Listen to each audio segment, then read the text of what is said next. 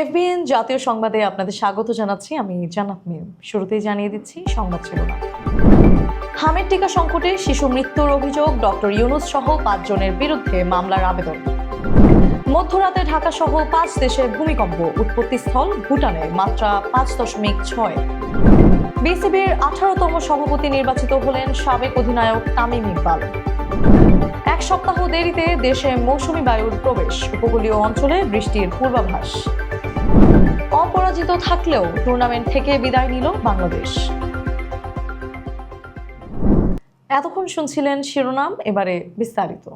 দেশে হামের প্রাদুর্ভাব এবং 610 শিশুর মৃত্যুর ঘটনায় সময় মতো টিকা আমদানিতে ব্যর্থতার অভিযোগে সাবেক প্রধান উপদেষ্টা ডক্টর মোহাম্মদ ইউনুস ও সাবেক স্বাস্থ্য উপদেষ্টা নূরজাহান বেগম সহ 5 জনের বিরুদ্ধে মামলার আবেদন করা হয়েছে।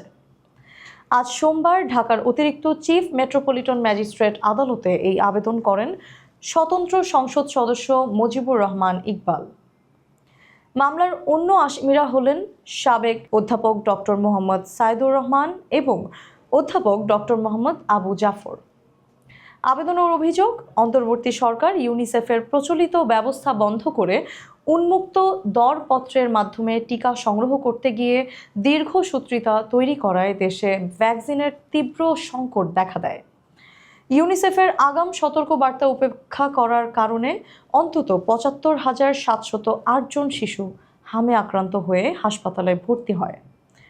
নীতিগত ভুল এবং অবহেলার কারণে লাখো শিশুর জীবন ঝুঁকিতে ফেলার এই গুরুতর অপরাধে আসামিদের দৃষ্টান্তমূলক শাস্তি চাওয়া হয়েছে, যার আদেশ বর্তমানে আদালতে অপেক্ষমান রয়েছে।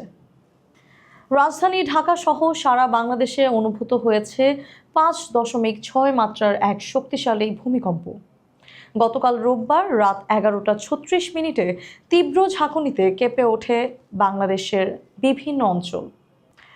German research centre for Jio sciences জানায়, এই ভূমিকম্পের উৎপত্তিস্থল ছিল ভুটানের পুনাখা থেকে মাত্র 5 কিলোমিটার দূরে। হিমালয় অঞ্চলের এই কম্পন ভুটানের সীমানা ছাড়িয়ে বাংলাদেশ, ভারত, চীন ও নেপালেও একযোগে অনুভূত হয়। তাৎক্ষণিকভাবে কোনো হতাহত বা বড় ধরনের ক্ষয়ক্ষতির খবর না পাওয়া গেলেও আতঙ্ক ছড়িয়ে পড়ে সাধারণ মানুষের মাঝে। বিশেষজ্ঞরা বলছেন, ভারতীয় ও ইউরেশীয় টেকটনিক প্লেটের চলমান সংঘর্ষের কারণে পুরো হিমালয় উপমহাদেশেই চরম ভূমিকম্পের ঝুঁকিতে রয়েছে। ভবিষ্যতে এমন দুর্যোগের আশঙ্কা প্রকাশ করে ঝুঁকিপূর্ণ এলাকাগুলোতে দ্রুত সতর্কতা ও দুর্যোগ প্রস্তুতি জোরদারের তাগিদ দিয়েছেন।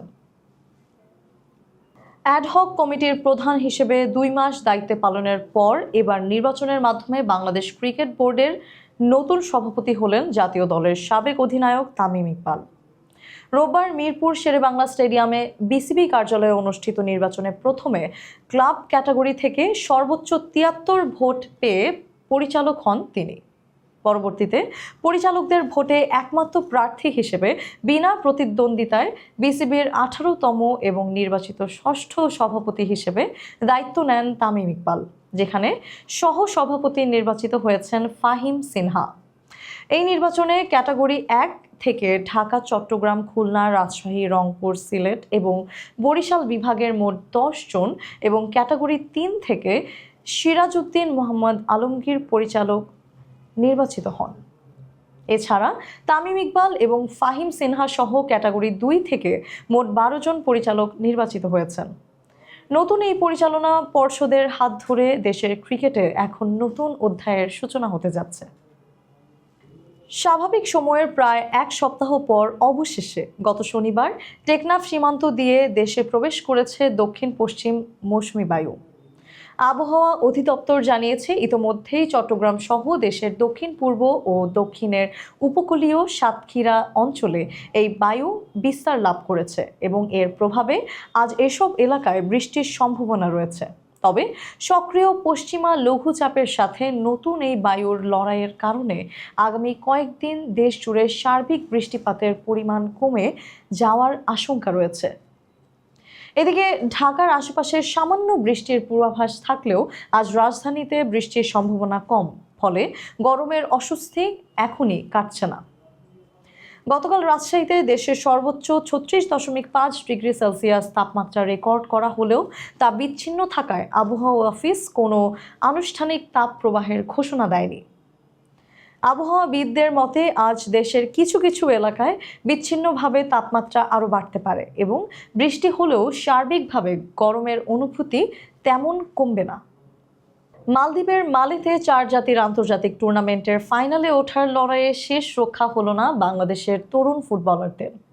স্বাগতিক মালদ্বীপের সঙ্গে 1-1 গোলে ড্র করে টুর্নামেন্ট থেকে বিদায় নিয়েছে বাংলাদেশ অলিম্পিক ফুটবল দল। মালদ্বীপ ফুটবলের 75 বছর পূর্তি উপলক্ষে আয়োজিত টুর্নামেন্টের বাঁচা মরার ম্যাচে খেলার 13তম মিনিটে পেনাল্টি থেকে গোল করে এগিয়ে যায় স্বাগতিকরা। তবে দ্বিতীয়ার্ধে মরিয়া হয়ে আক্রমণ চালিয়ে মালদ্বীপের হ্যান্ডবলের সুবাদে পেনাল্টি পায় বাংলাদেশ এবং মিরাজুলের চমৎকার গোলে সমতায় ফেরে লাল সবুজের প্রতিনিধিরা। শেষ পর্যন্ত ড্র হলেও পুরো টুর্নামেন্টে একটি ম্যাচও হারেননি বাংলাদেশ। ফলে অপরাজিত থেকেও ফাইনালে উঠতে না পারার কিছুটা আক্ষেপ, কিছুটা গর্ব আর বড় অভিজ্ঞতা নিয়ে মালে থেকে দেশে ফিরেছে তরুণ এই দলটি। এই ছিল আজকের জাতীয় সংবাদ। নিয়মিত সংবাদ পেতে এফবিএন নিউজের সাথেই থাকুন। ধন্যবাদ।